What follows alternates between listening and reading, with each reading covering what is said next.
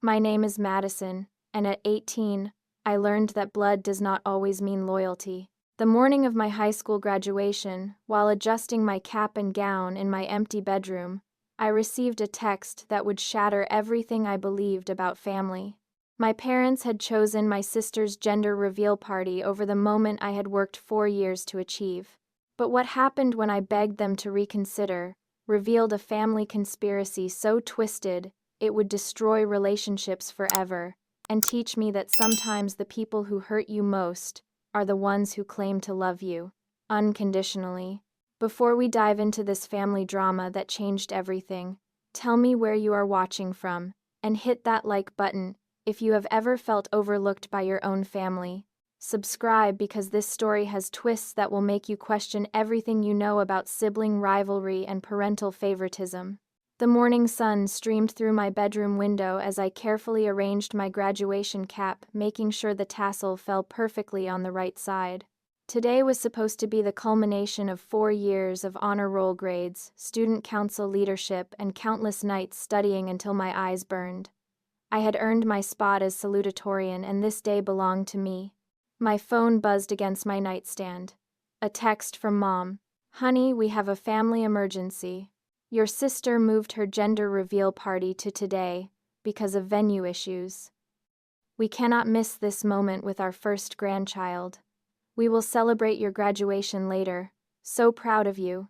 I stared at the message, reading it 3 times before the words actually registered. They were not coming to my graduation. The event I had reminded them about for months, circled on every calendar in our house, and mentioned in every family conversation. I called Mom immediately, my hands shaking as I held the phone. "Madison, sweetie, you have to understand," Mom said before I could even speak. "This is Emma's first baby, and the whole family will be there. Your graduation is just a ceremony, but this is about the future of our family." "Just a ceremony," my voice cracked. "Mom, I am the salutatorian. I am giving a speech. I have been planning this for months. There will be other graduations, honey. College, maybe graduate school. But Emma only gets one first pregnancy. Emma got pregnant 6 months ago, and she is having a gender reveal party now. Today, the same day as my graduation, that has been planned for a year. Do not take that tone with me, Madison. Emma is going through a difficult time with the pregnancy, and she needs our support. You are 18 now. You need to be more understanding." I felt something cold settle in my stomach. "What about Dad? Can he come to my graduation while you go to the party? Your father and I discussed this, and we agree that family comes first. Emma needs us right now. I am family too." The words came out as a whisper. "Of course you are, but you are grown now. You can handle disappointment. Emma is more fragile." After hanging up, I sat on my bed in my cap and gown, staring at my reflection in my dresser mirror. The girl looking back at me seemed smaller, somehow diminished. I had always known Emma was the favorite. She was 2 years older, married at 20 to her high school boyfriend Jake, and everything she did was celebrated like a national holiday.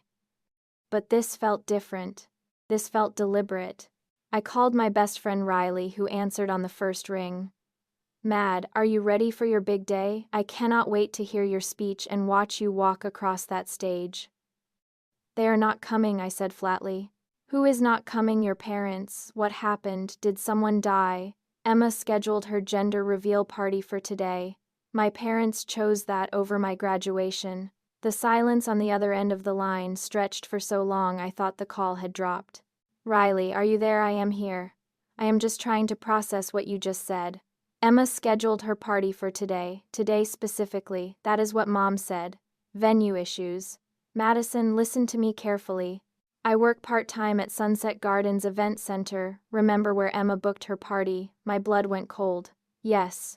There were no venue issues. Emma called 2 weeks ago asking about availability for today specifically. She said it was important that the party be on this exact date. When my manager told her the price was double because it was last minute, Emma said money was not an object." The room started spinning. "What are you saying?" "I am saying your sister deliberately scheduled her party on your graduation day. This was not some emergency or venue problem. This was planned. I felt like I was drowning. My own sister had orchestrated this. But why? What had I ever done to deserve this level of betrayal? There is more, Riley continued, her voice gentle but firm. When Emma was finalizing details yesterday, I heard her talking to someone on the phone. She said something about finally putting Madison in her place and showing everyone who the real daughter is. She said that I am so sorry, Madison. I did not know how to tell you, and I hoped I had misunderstood. But after what just happened, I think you deserve to know the truth. I hung up and immediately called Emma directly. She answered on the third ring, and I could hear party preparations in the background. Emma, I need to talk to you. Oh, Madison. I am so sorry about the timing conflict. You know how these things go, venue issues are a nightmare. But do not worry, Mom said she will record your speech for me to watch later. Cut the act, Emma. I know you planned this. I know you specifically requested today for your party. The background noise stopped. When Emma spoke again, her voice was different. Colder. Prove it. Why would you do this to me? What did I ever do to deserve this? Emma laughed, actually laughed. You want to know what you did? You were born. You came along and suddenly I was not special anymore. Do you know what it is like being the older sister of the perfect child, the one who gets straight A's without trying, who wins every award, who everyone calls such a good kid? Emma, that is not my fault. We are sisters. We are supposed to support each other.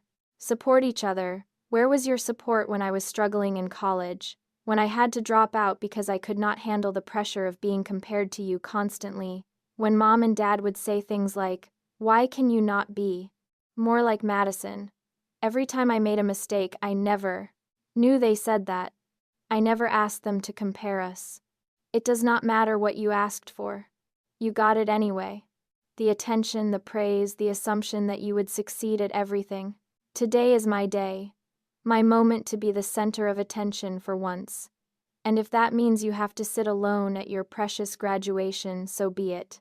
What about Mom and Dad? Did you manipulate them too? I did not have to manipulate anyone, Madison. I just reminded them that their first grandchild is more important than a piece of paper you are getting for doing what you were supposed to do anyway. They made their choice. That should tell you everything you need to know about where you really stand in this family. After Emma hung up on me, I sat in my empty house wearing my graduation gown, feeling something shift inside me. The hurt was still there, sharp and cutting, but underneath it something else was growing. A cold, clear understanding that changed everything. I was not the cherished daughter I had believed myself to be. I was the convenient one. The one who never caused problems, never demanded attention, never required emotional labor from my parents. Emma was the squeaky wheel who got the grease, and I was the reliable machine that was expected to keep running without maintenance. But reliable machines, when they break down, can cause the most spectacular failures. I walked to my computer and opened a new document. If my family wanted to play games, I would learn the rules and play to win. But first I needed to understand exactly what I was dealing with. I started with social media. Emma's Instagram was full of pregnancy photos and party planning posts, but what caught my attention was the timeline. She had been posting about planning something special for weeks always, with dates that corresponded to important events in my life. My acceptance letter to Northwestern University had arrived the same day Emma announced her pregnancy. My scholarship award ceremony had been the day she announced her engagement party date. This was not coincidence. This was a pattern. I dug deeper, scrolling through months of posts, and found something that made my blood run cold.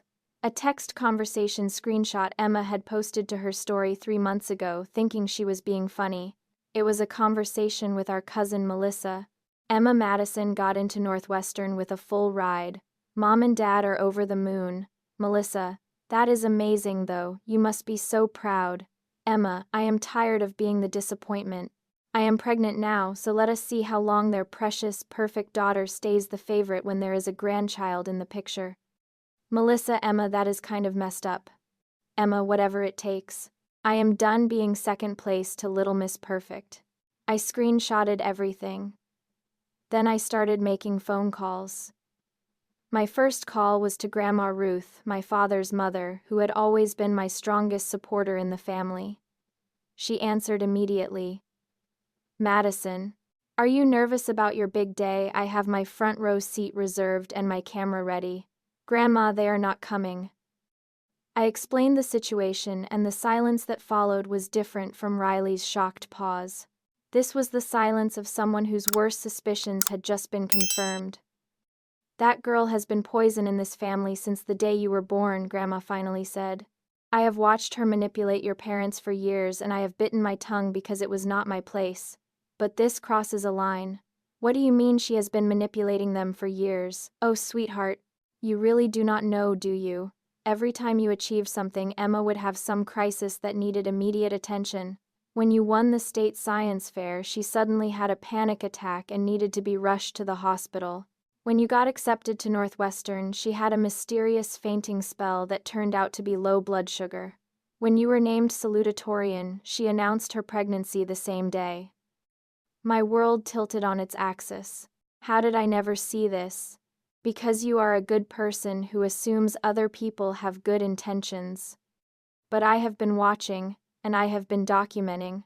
That girl has made it her mission to sabotage your moments, and your parents have enabled her every single time. Documenting.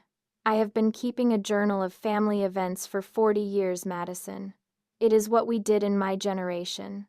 I have dates, times, and patterns that would make your head spin. Emma's emergencies always coincide with your achievements. Always. Grandma, would you be willing to help me do something about this? Honey, I have been waiting 18 years for someone to call that girl out. What do you need? My second call was to my Uncle David, Mom's younger brother, who had always seemed uncomfortable at family gatherings, but never said why.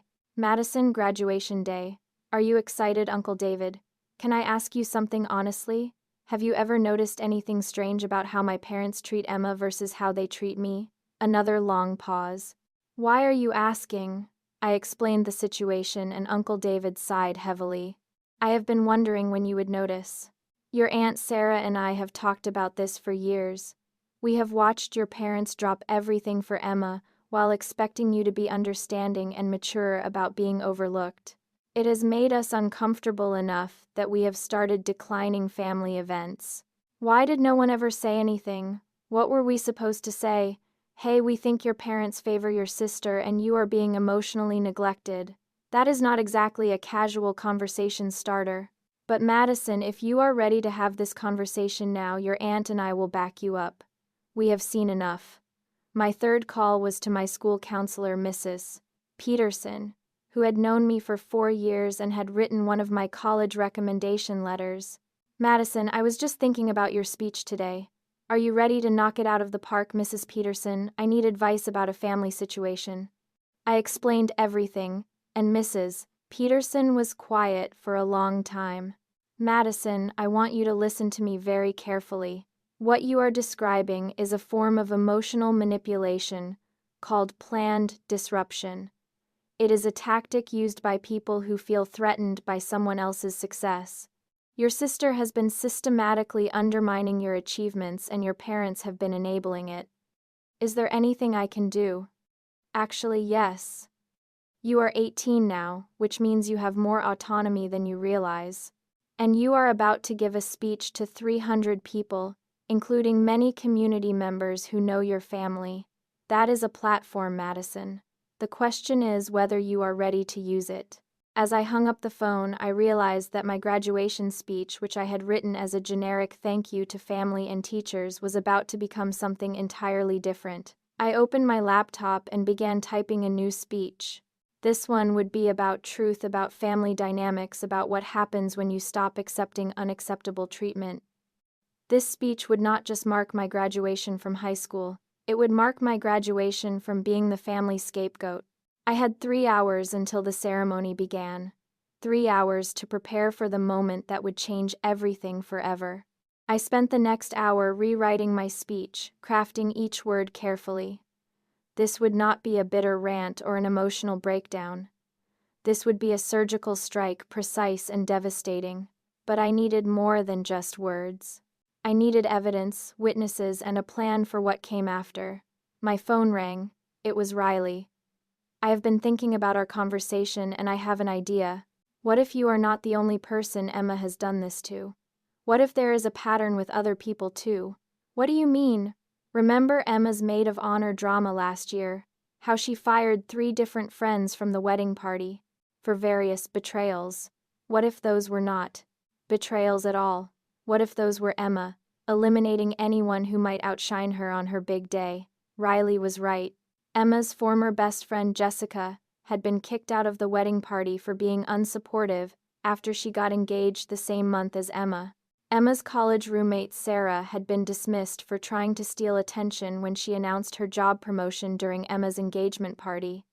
At the time, I had believed Emma's version of events. Now I was seeing a pattern. Riley, would you be willing to reach out to Jessica and Sarah? I think we need to compare notes. Already on it. I texted them an hour ago. They want to talk. While Riley coordinated with Emma's former friends, I decided to do something that felt dangerous but necessary. I called Jake, Emma's husband. Jake had always been kind to me, and lately he had seemed increasingly strained. I had assumed it was pregnancy stress, but now I wondered if there was more to it. Madison, should not you be getting ready for graduation, Jake? Can we talk privately? Sure. What is up? You sound upset. I know about the party today. I know Emma scheduled it deliberately to conflict with my graduation. I need to ask you something, and I need you to be honest with me. Did you know? The silence stretched so long I thought he had hung up. Jake, I found out yesterday, he said quietly.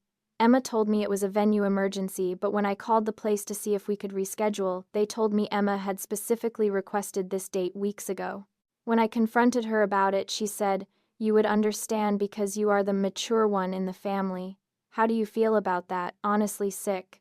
Madison, I have watched Emma do things like this before, and I have made excuses because I love her. But this is different. This is your graduation. This is supposed to be your day, and she deliberately sabotaged it. I do not know how to be okay with that. Jake, can I tell you something, and will you promise to really think about what I am saying? Of course. I told Jake about the pattern Grandma Ruth had identified, about the screenshots I had found, about the conversations with Uncle David and Mrs. Peterson. With each revelation, Jake became quieter. "Oh God," he whispered finally. "The panic attack during your science fair. I remember that." Emma was fine all day, talking and laughing, and then suddenly she could not breathe right when your parents were about to leave for your event. And the fainting spell when you got into Northwestern. I was there. She was eating candy right before it happened, but she told the paramedics she had not eaten all day. Jake, I think my sister has been systematically sabotaging my relationship with our parents for years, and I think today was supposed to be the final blow. The message that even on my biggest achievement she matters more. What are you going to do? I am going to tell the truth. All of it. Tonight at my graduation speech. Madison, that could destroy your family. Jake, my family is already destroyed. I am just going to stop pretending it is not. An hour later, Riley called back with Jessica and Sarah on a 3-way call. Madison, Jessica started. Riley told us what happened today, and we need to tell you some things about your sister. I was Emma's maid of honor for 2 years, Jessica continued. I planned her shower, organized her bachelorette party, spent thousands of dollars on dresses and parties. Then 2 weeks before the wedding, I got engaged to my longtime boyfriend.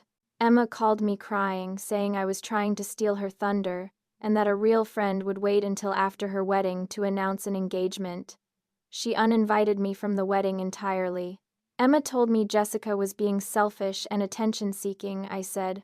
She said Jessica deliberately announced her engagement to upstage Emma's wedding planning. Madison, I got engaged at a family dinner with just my parents and my sister. The only reason Emma knew about it was because I called her immediately afterward to share the news because I was excited. She made me feel so guilty that I actually considered breaking up with my fiancé to avoid conflict with her. Sarah jumped in. My story is similar but worse. Emma and I were roommates junior year of college. I got offered an internship at a prestigious company in our field.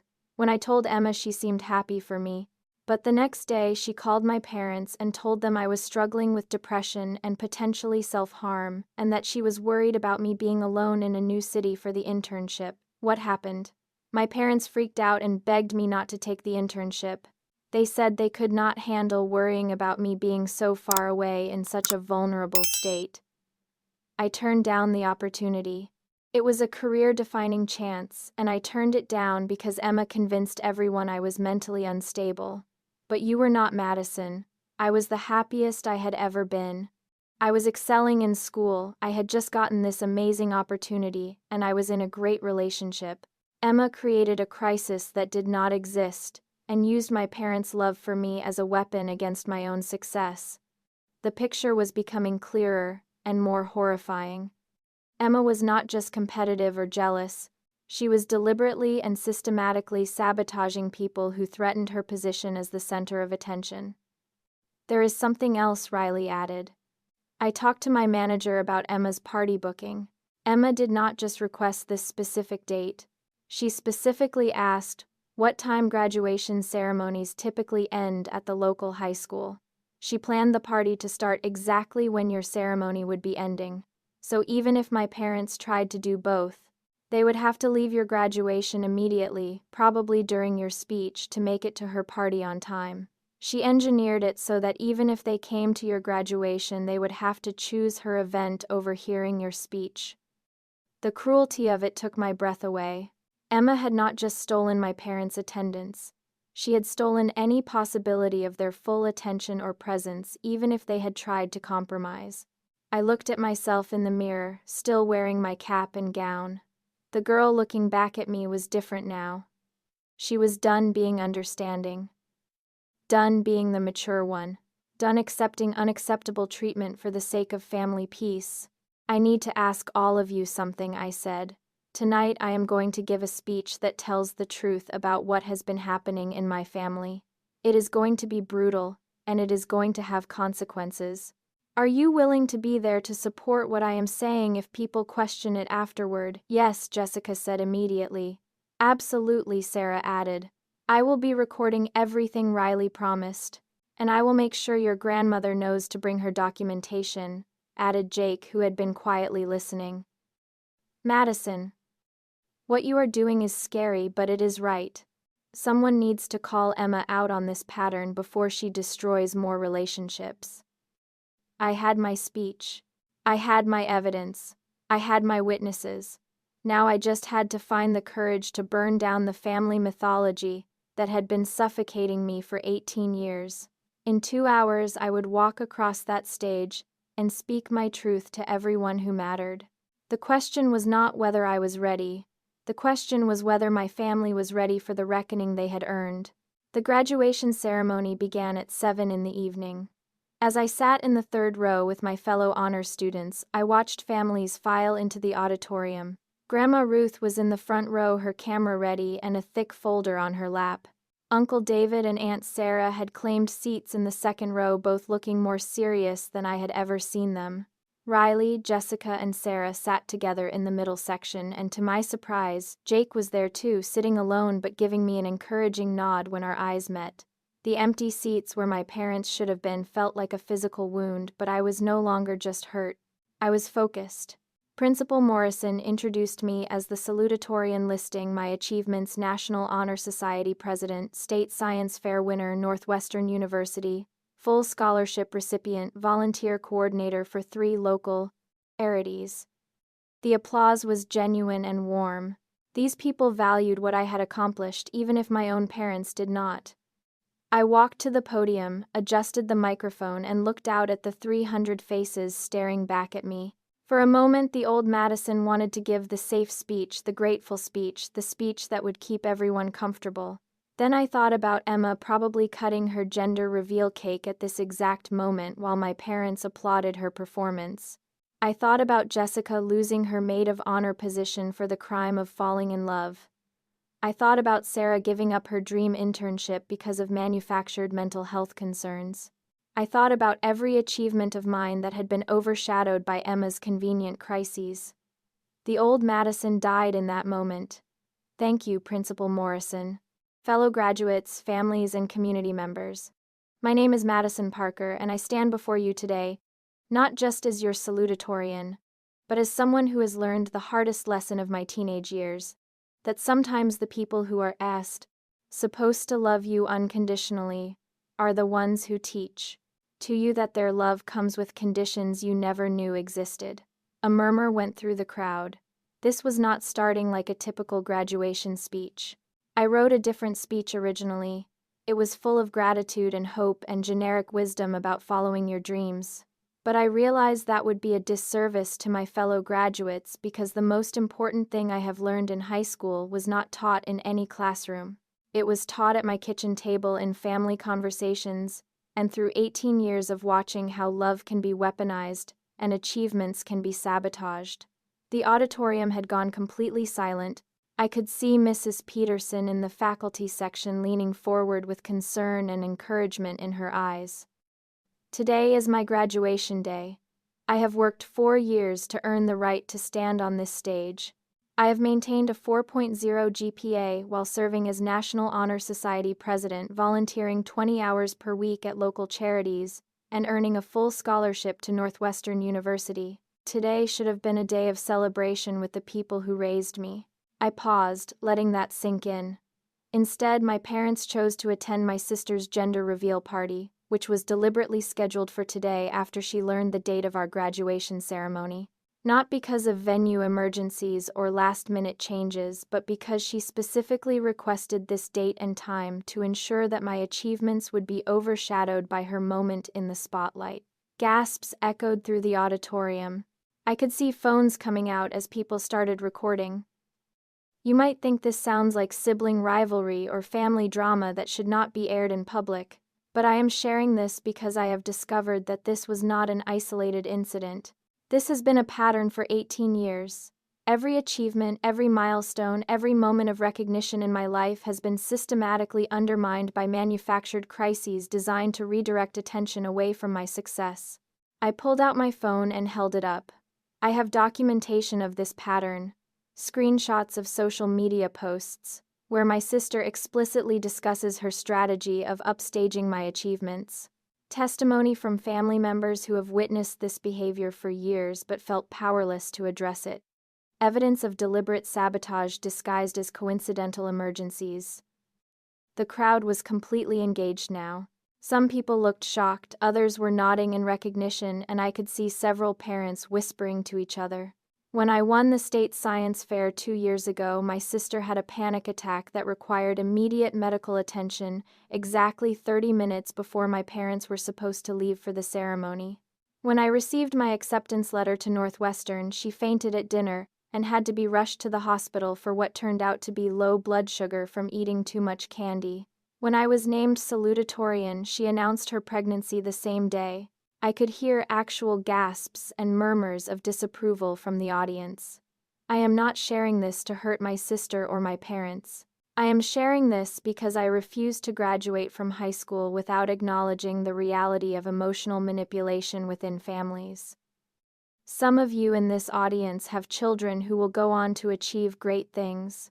Some of you have children who struggle with their siblings' success. I want you to understand that love is not a finite resource that must be rationed between children. My voice grew stronger. Supporting one child's achievement does not diminish your other children. Attending your daughter's graduation does not steal attention from your other daughter's pregnancy. But choosing to miss your child's milestone accomplishments to cater to another child's manufactured emergency teaches both children devastating lessons about love, loyalty, and self-worth.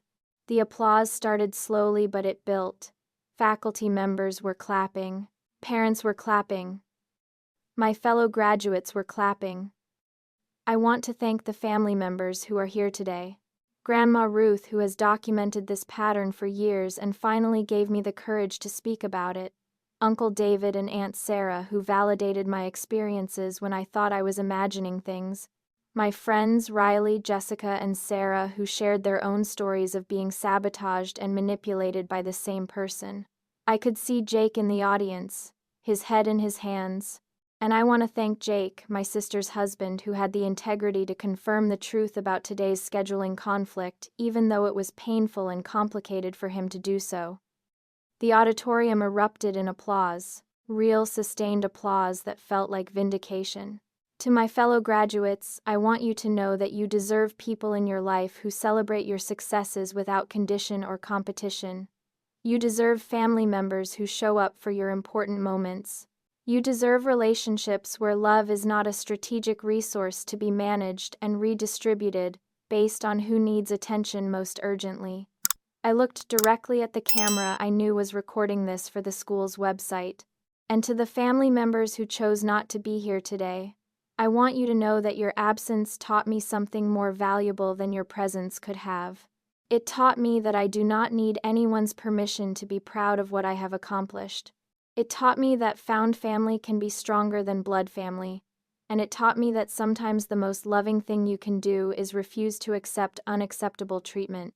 The standing ovation began with Grandma Ruth and spread through the entire auditorium. 300 people were on their feet, applauding not just my academic achievements but my courage to speak truth about family dysfunction. As I walked back to my seat, my phone was already buzzing with notifications. But for the first time in 18 years, I felt free. My phone started vibrating before I even reached my seat. Text after text flooded in, but I turned it face down and focused on the rest of the graduation ceremony. I had said what needed to be said, and now I had to live with the consequences. As soon as the ceremony ended, people swarmed me. Classmates I barely knew were hugging me and telling me I was brave. Parents were shaking my hand and sharing their own stories of family favoritism and sibling dynamics.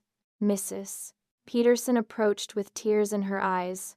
Madison, that was the most honest and important graduation speech I have heard in 20 years of education. You gave those families something to think about, and you gave yourself something invaluable. What did I give myself? Your voice back. Grandma Ruth reached me next, pulling me into a fierce hug that smelled like her signature lavender perfume and felt like safety. I am so proud of you, sweetheart. It was time someone called out that behavior, and I am glad it was you. You did it with class and dignity, and you spoke nothing but truth. Grandma, what happens now? I just basically destroyed my relationship with my parents and Emma on live video. Honey, that relationship was already destroyed. You just stopped pretending it was not. Uncle David and Aunt Sarah approached, both looking emotional. Madison, Uncle David said, your aunt and I have been complicit in this dysfunction by staying silent for too long. We should have spoken up years ago. We should have advocated for you. Uncle David, you were not responsible for fixing my family. No, but we were responsible for supporting you, and we failed. That changes now. Whatever happens next, you have us completely. Riley found me next, practically bouncing with excitement and holding up her phone. Madison, you need to see this. Your speech is already going viral. The school's live stream had over 2,000 viewers, and people are sharing clips on every platform. The comments are incredible. She showed me her screen. Video clips of my speech were spreading across social media with captions like, "Graduation speech exposes family manipulation and student calls out parents for missing graduation." The comments were overwhelmingly supportive. I cannot believe she had the courage to say this publicly. This girl just taught a masterclass in setting boundaries. Every parent should watch this and examine their own favoritism patterns. The sister scheduling her party on graduation day is beyond cruel. But then, Riley's expression changed as she scrolled further. Madison, there are some responses from your family. She handed me the phone. Emma had posted a long statement on Facebook. I am heartbroken and humiliated by my sister's public attack on our family tonight. I am 7 months pregnant and planned my gender reveal party weeks in advance due to scheduling conflicts with our venue. The fact that it coincided with Madison's graduation was purely coincidental, and I am devastated that she would use this moment to spread lies and hurt our family. Madison has always struggled with attention-seeking behavior and jealousy, and I am sad that she chose to handle these feelings by trying to destroy our family reputation. I hope she gets the help she needs. My stomach dropped. Emma was flipping the script, making herself the victim and me the unstable aggressor. Keep reading, Riley said grimly. My mother had posted her own response. As Madison's mother, I am shocked and saddened by her inappropriate graduation speech tonight.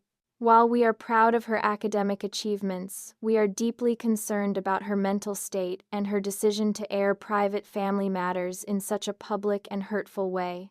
Emma is pregnant and vulnerable, and Madison's accusations are unfounded and cruel. We will be seeking family counseling to address these issues privately as they should have been handled. And then my father Madison's speech tonight was a painful surprise for our family. While we love her and are proud of her accomplishments, her characterization of family events is inaccurate and hurtful. We had a legitimate scheduling conflict that prevented us from attending her graduation, and we planned to celebrate with her privately. We are disappointed that she chose public humiliation over family communication. I felt like I was going to be sick. They were denying everything, reframing the narrative to make me look like the problem. But then Jake's voice cut through my spiral. Madison, do not panic. Look at this. Jake had posted his own statement, and it was devastating in its simplicity. As Emma's husband, I feel obligated to share some facts. Emma specifically requested the graduation date for our party despite my suggestions for other dates. She told the venue coordinator it was important the party be on that exact day. When I questioned this decision, she said Madison was too mature to be upset about missing one event for family. I love my wife, but I cannot support the gaslighting that is happening right now. Madison told the truth tonight, and she deserves better.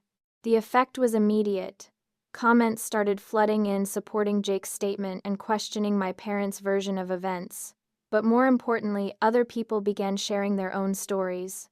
Jessica posted Emma Parker uninvited me from her wedding for getting engaged 2 weeks before her ceremony. She said I was trying to steal her spotlight. After tonight's speech, I realized this was part of a pattern. Sarah added, Emma Parker convinced my parents I was mentally unstable when I received a prestigious internship opportunity, causing me to turn it down. Madison's speech explained so much about my experience with her sister. Even people I did not know were chiming in. A former classmate of Emma's from college posted about Emma deliberately scheduling a party on the same night as her roommate's art gallery opening. A neighbor shared a story about Emma calling the police on a noise complaint during our family's celebration of my National Merit Scholarship recognition. The pattern was becoming undeniable and public. My phone rang. It was my mother. Madison Elizabeth Parker, you get home right now. We need to have a family meeting about the lies you spread tonight. They were not lies, Mom. How dare you embarrass our family like this? How dare you hurt your pregnant sister with these fabrications? I am ashamed of you. Mom, Jake confirmed everything I said. Emma's own social media posts confirm it. Grandma Ruth has 18 years of documentation. These are not fabrications. Jake is having issues with Emma because of pregnancy hormones. He does not know what he is talking about. And your grandmother is a bitter old woman who has always resented Emma's happiness. I looked around at the people surrounding me. Grandma Ruth, who had loved me unconditionally for 18 years. Uncle David and Aunt Sarah, who were finally speaking their truth. Riley, Jessica, and Sarah, who had their own experiences with Emma's manipulation. Jake, who was risking his marriage to support honesty. Then I looked at my phone where my parents and Emma were frantically trying to control a narrative that was already beyond their control. Mom, I am not coming home tonight. I will be staying with Grandma Ruth. If you do not come home right now, do not bother coming home at all. The words hung in the air between us like a challenge. Okay, I said simply. I will not. I hung up the phone and looked at Grandma Ruth. Grandma, do you mind if I stay with you for a while? Sweetheart, you can stay with me for as long as you need. Forever if necessary. As we walked out of the auditorium together, my phone kept buzzing with notifications. The story was spreading beyond our local community. People across the country were sharing my speech and discussing family dynamics, manipulation tactics, and the courage required to speak truth to power within families. I had graduated from high school, but more importantly, I had graduated from accepting unacceptable treatment. There would be consequences to face and relationships to rebuild or release, but for the first time in my life, I felt like I was living my own truth instead of managing other people's feelings. The real education was just beginning. 3 months after my graduation speech, I was packing for Northwestern University when my phone rang with an unknown number. Madison, this is Dr. Patricia Williams. I am a family therapist who specializes in sibling dynamics and parental favoritism. Your graduation speech has been shared in my professional circles as an example of how children respond to systematic emotional neglect within families. I was wondering if you would be willing to speak at a conference about your experience. The call was surreal. My spontaneous moment of truth-telling had somehow become a case study in family psychology. Dr. Williams, I appreciate the invitation, but I am just a college freshman. I do not think I am qualified to speak to professionals. Madison, you articulated concepts that we spend years teaching therapists to recognize. You identified manipulation patterns, documented evidence, and implemented boundaries with a clarity that most adults struggle to achieve. Your experience could help both professionals and families recognize these dynamics earlier. I accepted the invitation, and that speaking engagement led to others. My story resonated with people who had experienced similar family dynamics, and I found myself accidentally becoming an advocate for young people dealing with manipulative family systems. Meanwhile, the immediate aftermath of my speech continued to unfold in ways I had never anticipated. Emma's marriage to Jake lasted exactly 6 weeks after graduation. The public exposure of her manipulation tactics, combined with Jake's growing awareness of the pattern, created an irreparable rift between them.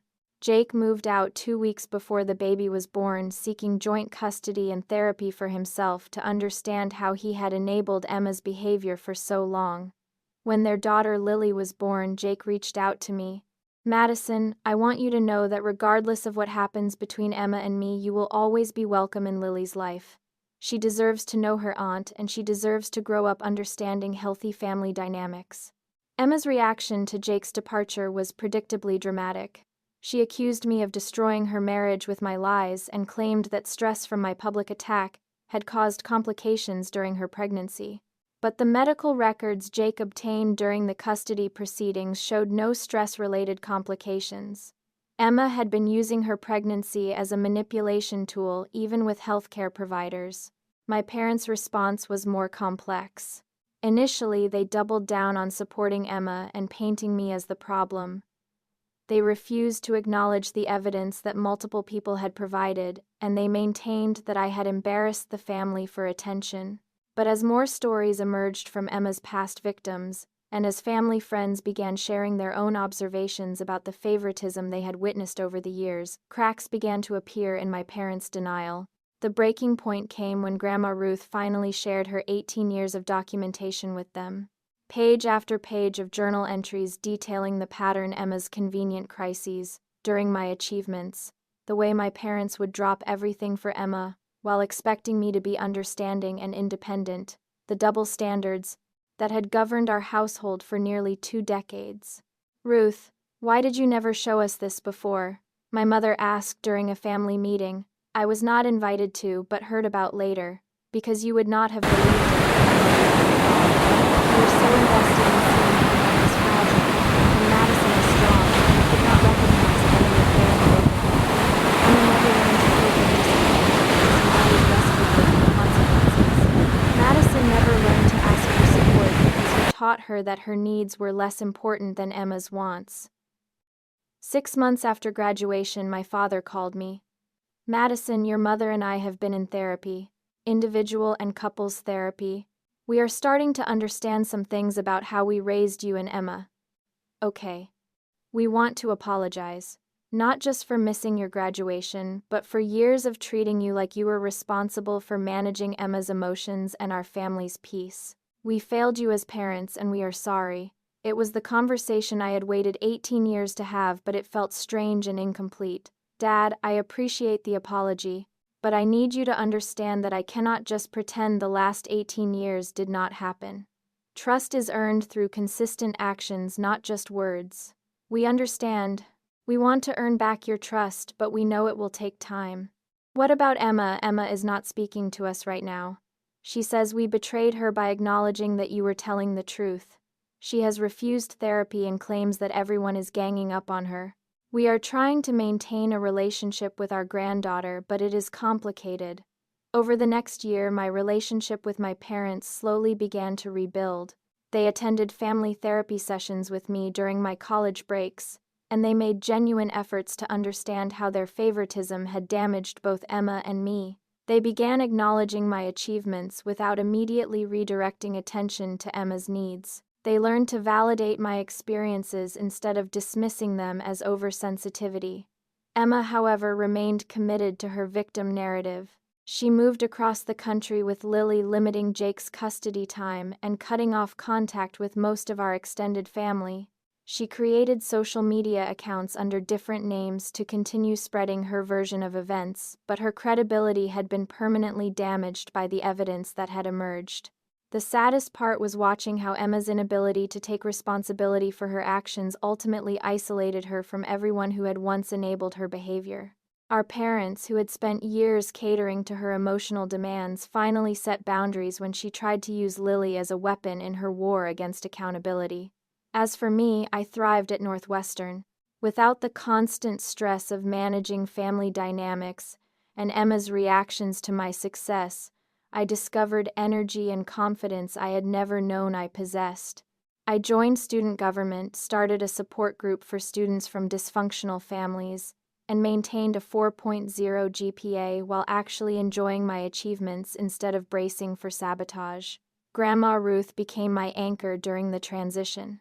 She helped me understand that healing from family dysfunction was not about forgiveness or reconciliation, but about learning to trust my own perceptions and value my own worth regardless of how others treated me.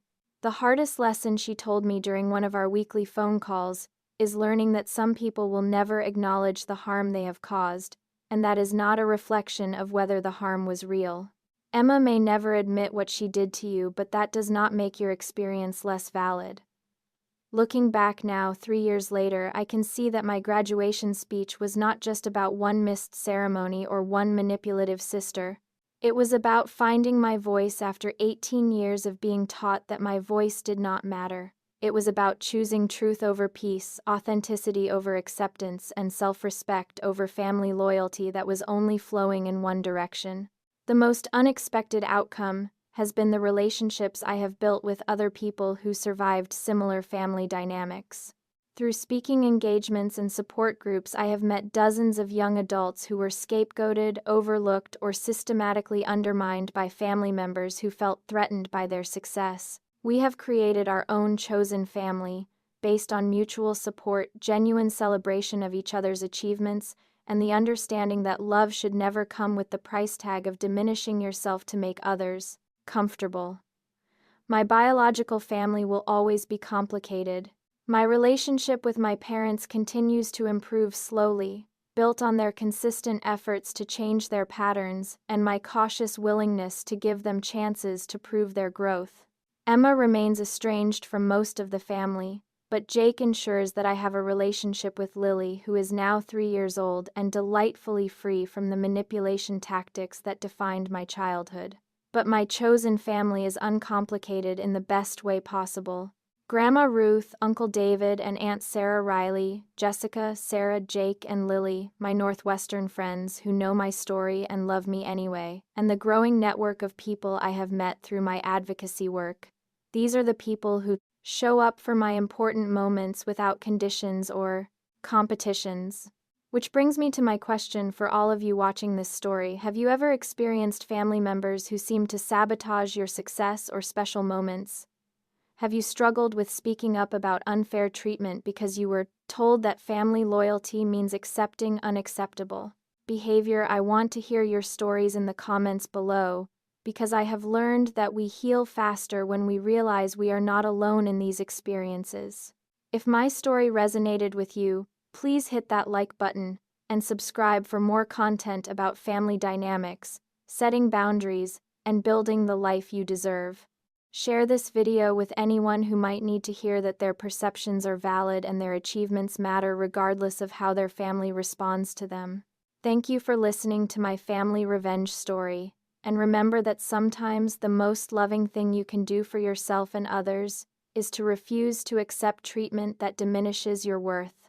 The justice I found was not about punishing anyone, but about finally valuing myself enough to speak my truth. Until next time, keep choosing authenticity over approval, and never forget that you deserve people in your life who celebrate your light instead of trying to dim it.